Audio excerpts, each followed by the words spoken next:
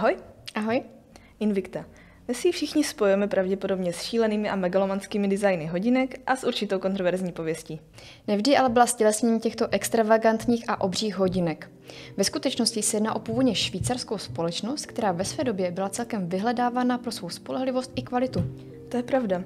Její kořeny sahají už do roku 1837, takže je vlastně starší než známí švýcarští velikáni jako Rolex, Tissot nebo Certina.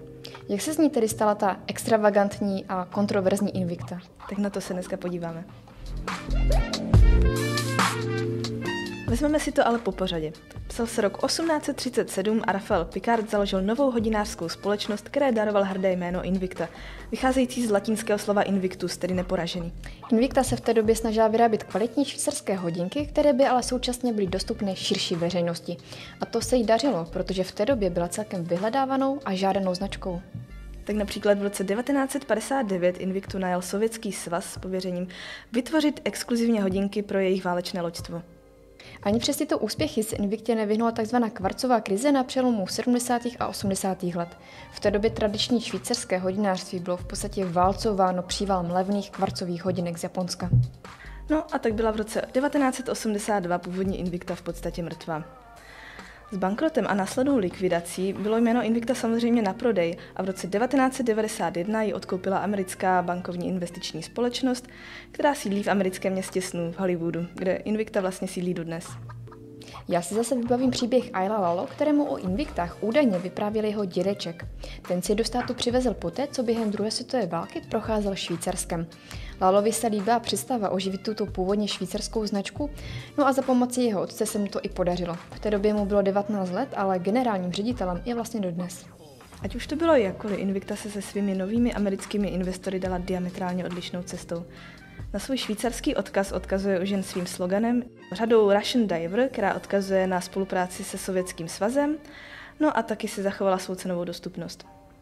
Právě toto odkazování na historické kořeny je Invictě vlastně často vytýkáno.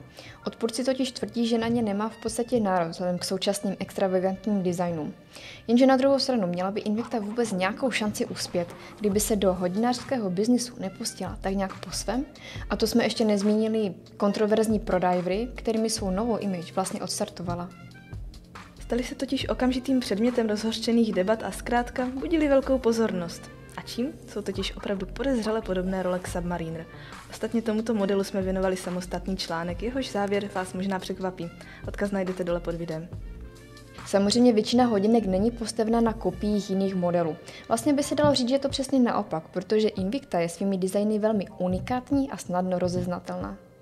Invicta je pro své záměrně přehnané designy pověstná. Týká se to určitých typických charakteristických rysů, které najdeme zpravidla u všech hodinek Invicta, snad až na pár výjimek u některých dámských modelů. Samozřejmě narážíme na někdy až monstrózní rozměry, které se často podepisují taky na váze hodinek. No a pak je tady celá škála šílených barev a tvarů.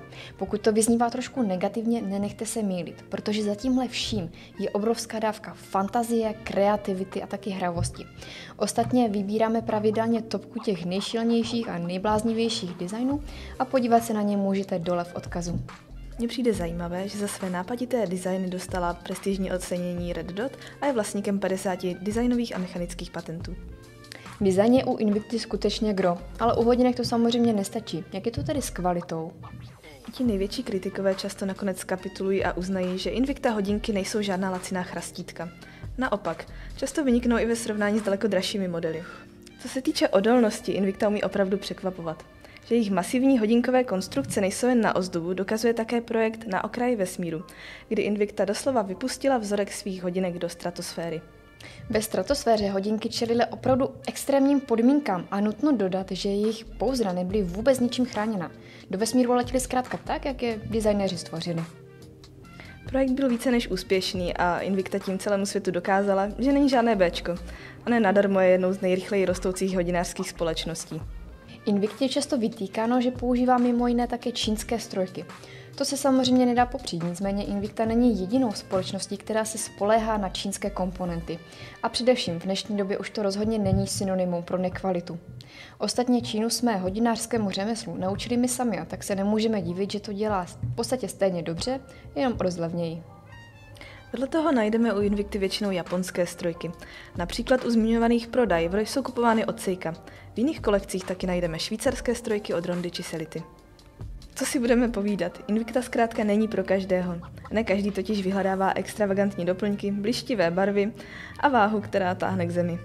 To mi připomnělo, že zmíněné Russian Divery nosil i Arnold Schwarzenegger a komentoval to se slovy, že když nosí Invicty, nemusí už trénovat svůj bicák, protože to s Invictou dělá prakticky celý den. No a těm, kteří se v Invictách našli, je můžeme tedy směle doporučit. Taky nabízí dobré zpracování, originální designy a kvalitní materiály za příznivou cenu.